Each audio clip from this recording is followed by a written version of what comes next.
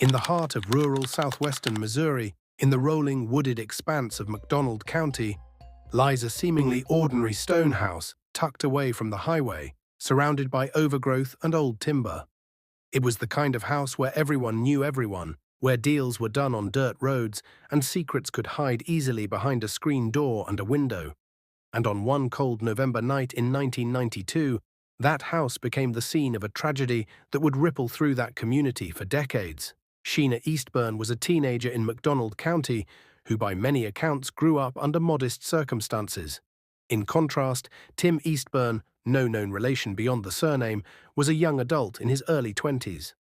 Their paths crossed in a community where social circles were small and relationships moved fast.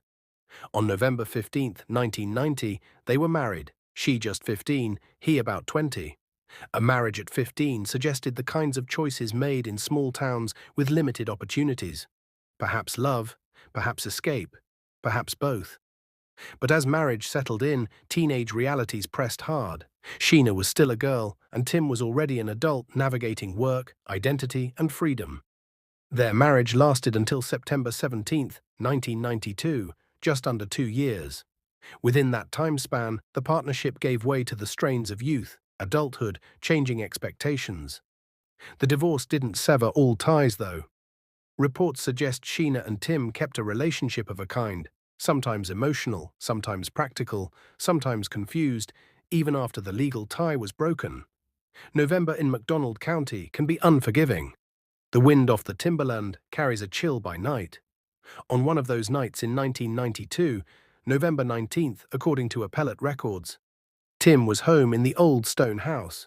The scene, a living room, a window covered by translucent plastic sheeting from earlier damage or weather, mismatched furniture, the kind of house that is old but lived in and yet unremarkable. Into that scene arrived Sheena, then 17, and with her 2 young men, Terry Banks and Matt Myers, ages roughly 18 to 19. According to the prosecution, this was no casual visit. Authorities described the event as a planned robbery turned ambush.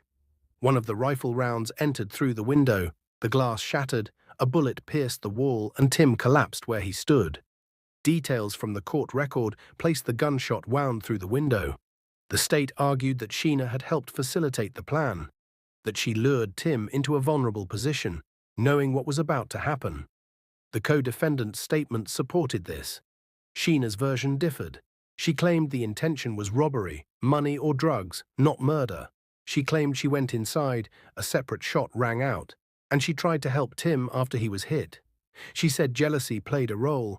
Possibly the other male, jealous of her past relationship with Tim, fired the fatal shot. She told investigators there was no reason for Tim to die.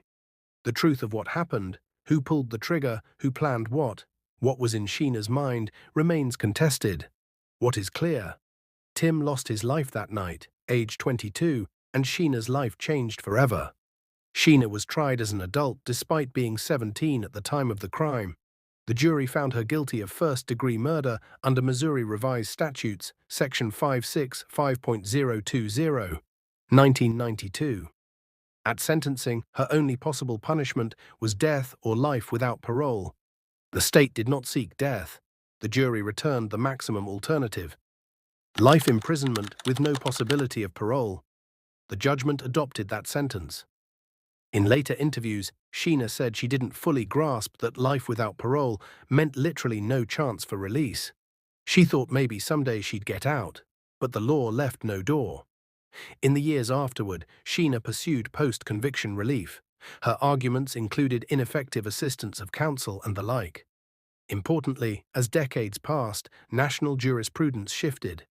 In cases across the U.S., courts found that mandatory life without parole for juvenile offenders violated the Eighth Amendment's prohibition on cruel and unusual punishment.